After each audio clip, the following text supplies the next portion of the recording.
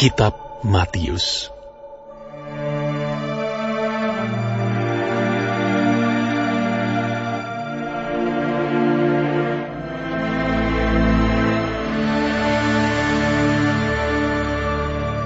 Inilah silsilah Yesus Kristus anak Daud, anak Abraham.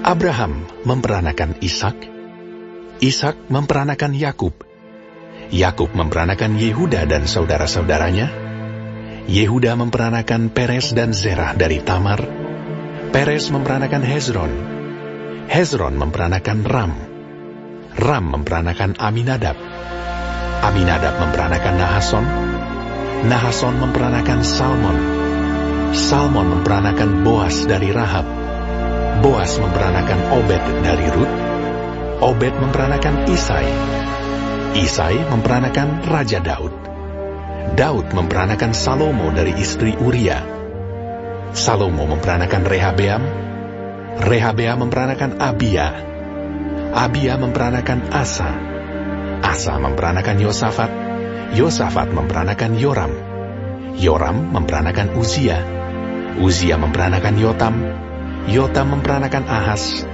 Ahas memperanakan Hizkia, Hizkia memperanakan Manasye, Manasye memperanakan Amon, Amon memperanakan Yosia, Yosia memperanakan Yekonya dan saudara-saudaranya pada waktu pembuangan ke Babel. Sesudah pembuangan ke Babel, Yekonya memperanakan Sealtiel, Sealtiel memperanakan Zerubabel, Zerubabel memperanakan Abihud, Abihud memperanakan Eliakim, Eliakim memperanakan Azor, Azor memperanakan Zadok, Zadok memperanakan Akim, Akim memperanakan Eliud, Eliud memperanakan Eleazar, Eleazar memperanakan Matan, Matan memperanakan Yakub, Yakub memperanakan Yusuf suami Maria yang melahirkan Yesus yang disebut Kristus. Jadi seluruhnya ada 14 keturunan dari Abraham sampai Daud, 14 keturunan dari Daud sampai pembuangan ke Babel, dan 14 keturunan dari pembuangan ke Babel sampai Kristus. Kelahiran Yesus Kristus adalah seperti berikut. Pada waktu Maria ibunya bertunangan dengan Yusuf, ternyata ia mengandung dari Roh Kudus sebelum mereka hidup sebagai suami istri. Karena Yusuf suaminya seorang yang tulus hati dan tidak mau mencemarkan nama istrinya di muka umum, ia bermaksud menceraikannya dengan diam-diam. Tetapi ketika ia mempertimbangkan maksud itu, malaikat Tuhan nampak kepadanya dalam mimpi dan berkata, Yusuf anak Daud, janganlah engkau takut mengambil Maria sebagai istrimu, sebab anak yang di dalam kandungannya adalah dari Roh Kudus. Ia akan melahirkan anak laki-laki, dan engkau akan menamakan dia Yesus, karena dialah yang akan menyelamatkan umatnya dari dosa mereka. Hal itu terjadi supaya genaplah yang difirmankan Tuhan oleh Nabi. Sesungguhnya anak darah itu akan mengandung dan melahirkan seorang anak laki-laki, dan mereka akan menamakan dia Immanuel, yang berarti Allah menyertai kita. Sesudah bangun dari tidurnya, Yusuf berbuat seperti yang diperintahkan malaikat Tuhan itu kepadanya. Ia mengambil Maria sebagai istrinya, tetapi tidak bersetubuh dengan dia sampai ia melahirkan anaknya laki-laki, dan Yusuf menamakan dia Yesus.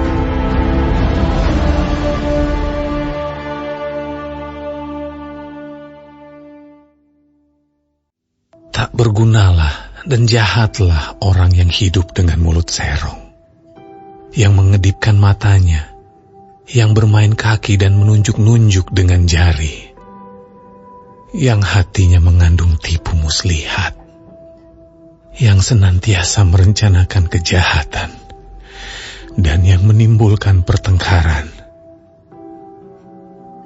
Itulah sebabnya ia ditimpa kebinasaan dengan tiba-tiba. Sesaat saja ia diremukkan tanpa dapat dipulihkan lagi. Nyanyian Ziarah Ingatlah ya Tuhan, kepada Daud dan segala penderitaannya. Bagaimana ia telah bersumpah kepada Tuhan, telah bernazar kepada Yang Maha Kuat dari Yakub. Sesungguhnya aku tidak akan masuk ke dalam kemah kediamanku, tidak akan berbaring di ranjang petiduranku. Sesungguhnya aku tidak akan membiarkan mataku tidur atau membiarkan kelopak mataku terlelap, sampai aku mendapat tempat untuk Tuhan, kediaman untuk Yang Maha Kuat dari Yakub. Memang kita telah mendengar tentang itu di Efrata, telah mendapatnya di padang Yaar. Mari kita pergi ke kediamannya, sujud menyembah pada tumpuan kakinya. Bangunlah ya Tuhan dan pergilah ke tempat perhentianmu. Engkau serta tabut kekuatanmu.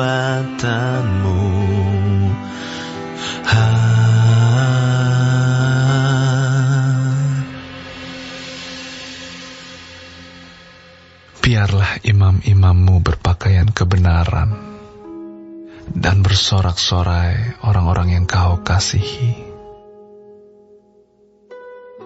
Oleh karena Daud, hambamu, janganlah engkau menolak orang yang kau urapi. Tuhan telah menyatakan sumpah setia kepada Daud. Ia tidak akan mengungkirinya. Seorang anak kandungmu akan kududukkan di atas takhtamu.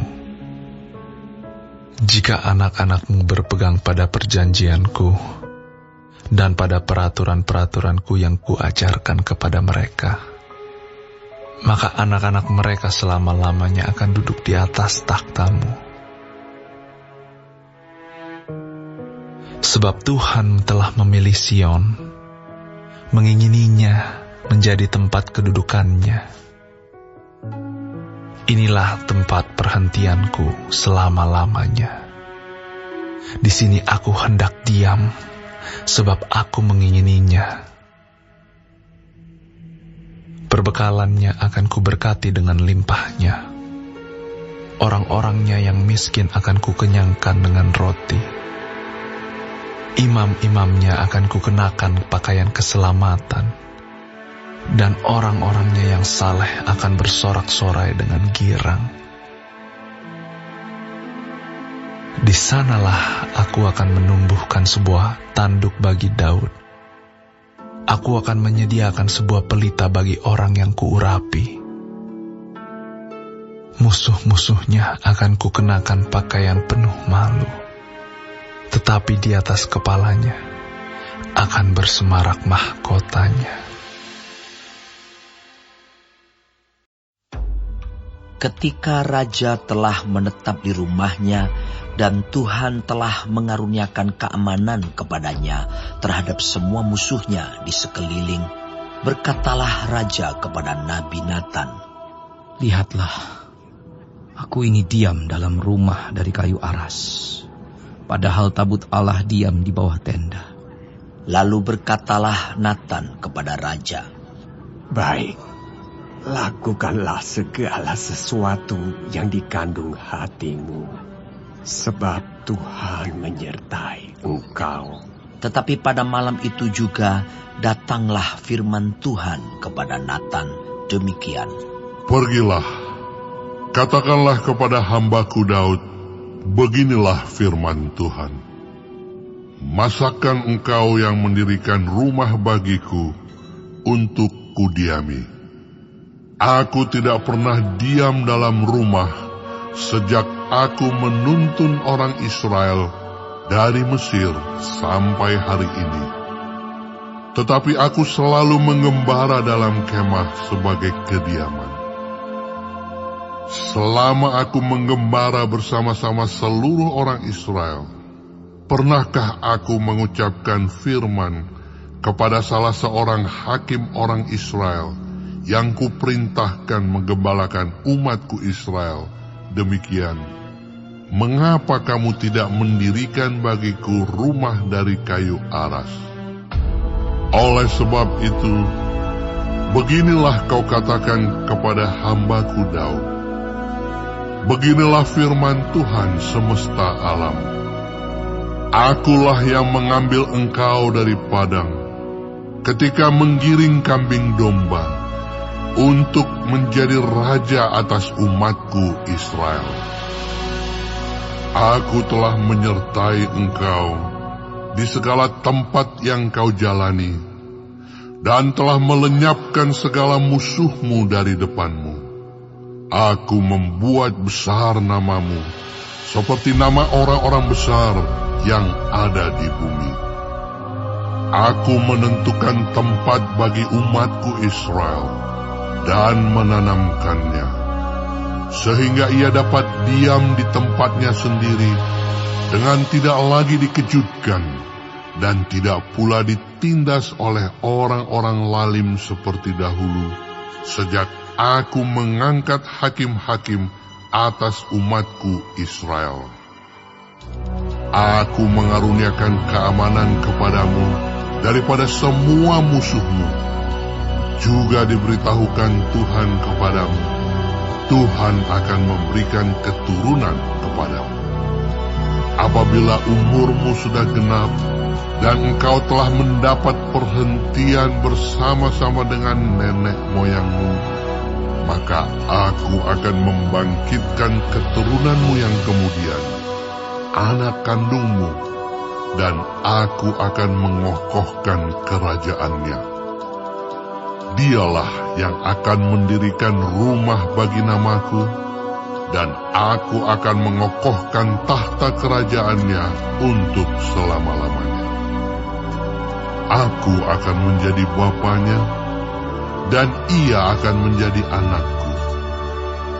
Apabila ia melakukan kesalahan, maka aku akan menghukum dia dengan rotan yang dipakai orang, dan dengan pukulan yang diberikan anak-anak manusia. Tetapi kasih setiaku tidak akan hilang daripadanya, seperti yang kuhilangkan daripada Saul, yang telah kujauhkan dari hadapanmu. Keluarga dan kerajaanmu akan kokoh untuk selama-lamanya di hadapanku. Tahtamu akan kokoh untuk selama-lamanya. Tepat seperti perkataan ini dan tepat seperti penglihatan ini, Natan berbicara kepada Daud. Lalu masuklah Raja Daud ke dalam. Kemudian duduklah ia di hadapan Tuhan sambil berkata, Siapakah aku ini, ya Tuhan Allah? Dan siapakah keluargaku, sehingga Engkau membawa aku sampai sedemikian ini? Dan hal ini masih kurang di mata-Mu, ya Tuhan Allah. Sebab itu Engkau telah berfirman juga tentang keluarga hamba-Mu ini dalam masa yang masih jauh, dan telah memperlihatkan kepadaku serentetan manusia yang akan datang, ya Tuhan Allah. Apakah yang dapat dikatakan Daud kepadamu lebih lagi daripada itu? Bukankah Engkau yang mengenal hamba-Mu ini, ya Tuhan Allah?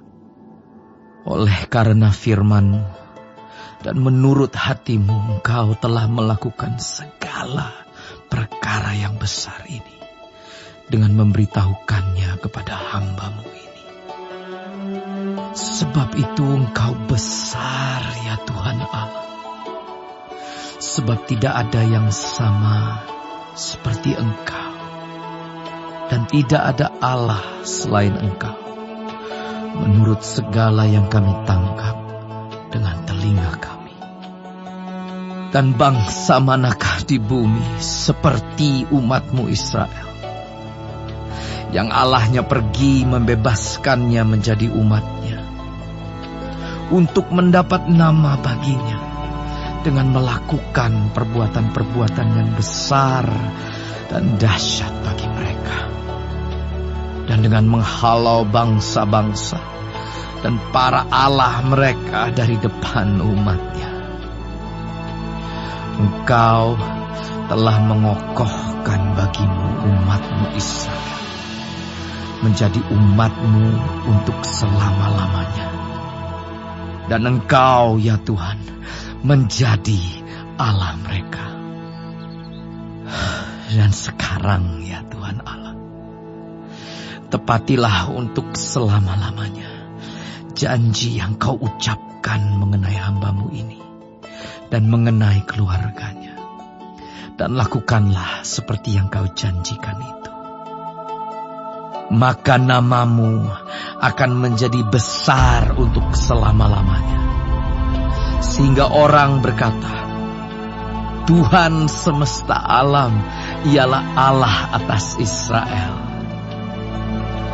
Maka keluarga hamba-Mu Daud akan tetap kokoh di hadapan-Mu. Sebab Engkau, Tuhan semesta alam, Allah Israel, telah menyatakan kepada hamba-Mu ini demikian, Aku akan membangun keturunan bagimu. Itulah sebabnya hamba-Mu ini telah memberanikan diri untuk memanjatkan doa ini kepadamu. Oleh sebab itu, ya Tuhan Allah, Engkaulah Allah, dan segala firman-Mu lah kebenaran. Engkau telah menjanjikan perkara yang baik ini kepada hamba-Mu. Kiranya Engkau sekarang berkenan memberkati keluarga hamba-Mu ini, supaya tetap ada di hadapan-Mu untuk selama-lamanya. Sebab ya Tuhan Allah, Engkau sendirilah yang berfirman, dan oleh karena berkat, keluarga hamba-Mu ini diberkati untuk selama-lamanya.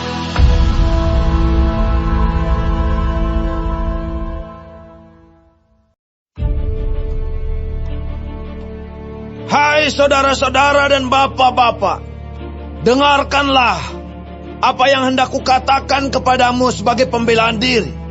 Ketika orang banyak itu mendengar ia berbicara dalam bahasa Ibrani, makin tenanglah mereka.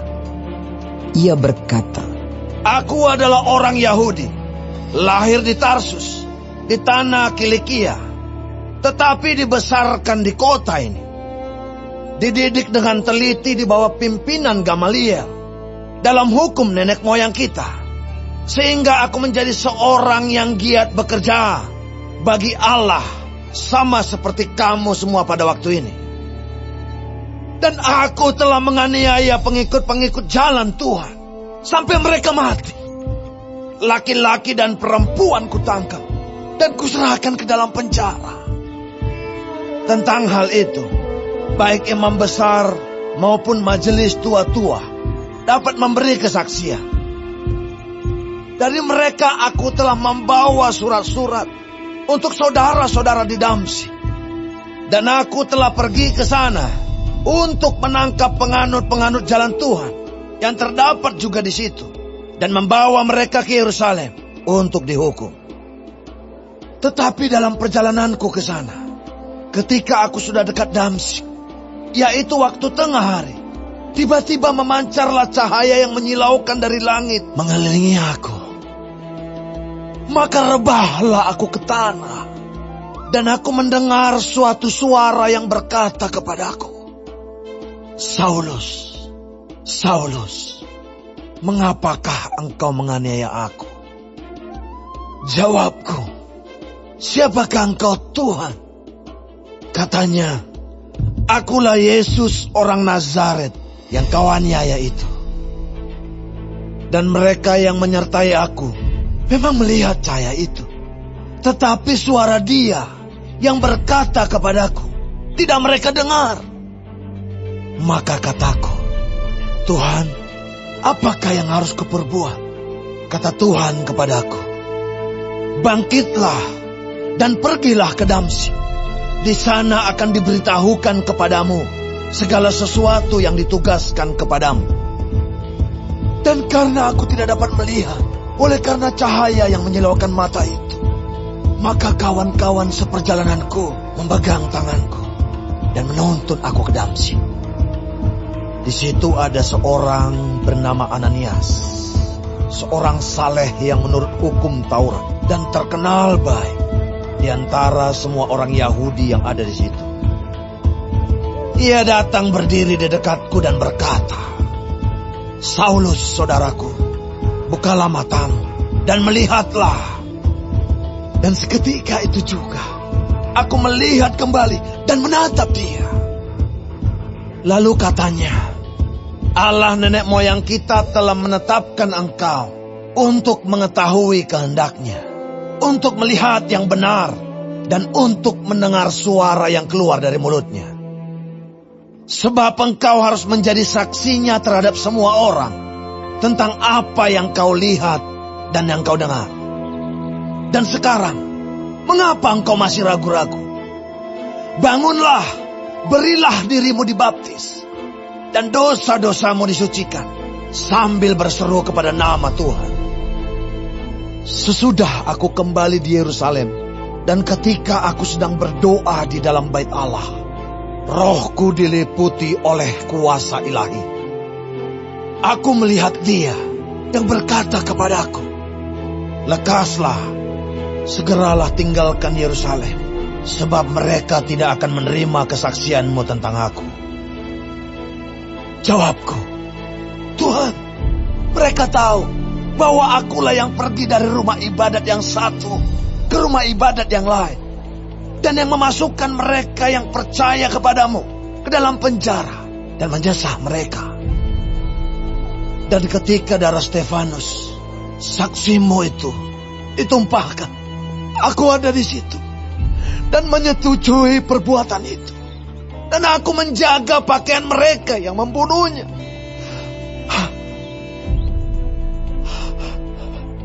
Tetapi kata Tuhan kepadaku, "Pergilah, sebab aku akan mengutus engkau jauh dari sini kepada bangsa-bangsa lain." Rakyat mendengarkan Paulus sampai kepada perkataan itu. Tetapi sesudah itu, mereka mulai berteriak, katanya, "Enyahkan orang ini dari muka bumi! Ia tidak layak hidup!" Mereka terus berteriak sambil melemparkan jubah mereka dan menghamburkan debu ke udara. Karena itu, kepala pasukan memberi perintah untuk membawa Paulus ke markas dan menyuruh memeriksa dan menyesah dia supaya dapat diketahui apa sebabnya orang banyak itu berteriak-teriak sedemikian terhadap dia. Tetapi ketika Paulus ditelentangkan untuk disesah, berkatalah ia kepada perwira yang bertugas, "Bolehkah kamu menyesah seorang warga negara Rom? Apalagi tanpa diadili." Mendengar perkataan itu, perwira itu melaporkannya kepada kepala pasukan. Katanya, "Apakah yang hendak kau perbuat? Orang itu warga negara Rom." Maka datanglah kepala pasukan itu kepada Paulus dan berkata, "Katakanlah, benarkah engkau warga negara Rom?" Jawab Paulus, "Benar." Lalu kata kepala pasukan itu, "Kewarganegaraan itu kubeli dengan harga yang mahal." Jawab Paulus, "Tetapi aku mempunyai hak itu karena kelahiranku." Maka mereka yang harus menyesah dia segera mundur. Dan kepala pasukan itu juga takut setelah ia tahu bahwa Paulus yang ia suruh ikat itu adalah orang Rom. Namun, kepala pasukan itu ingin mengetahui dengan teliti apa yang dituduhkan orang-orang Yahudi kepada Paulus.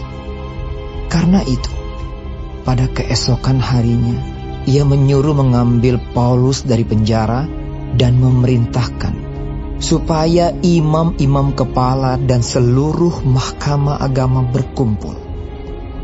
Lalu ia membawa Paulus dari markas dan menghadapkannya kepada mereka.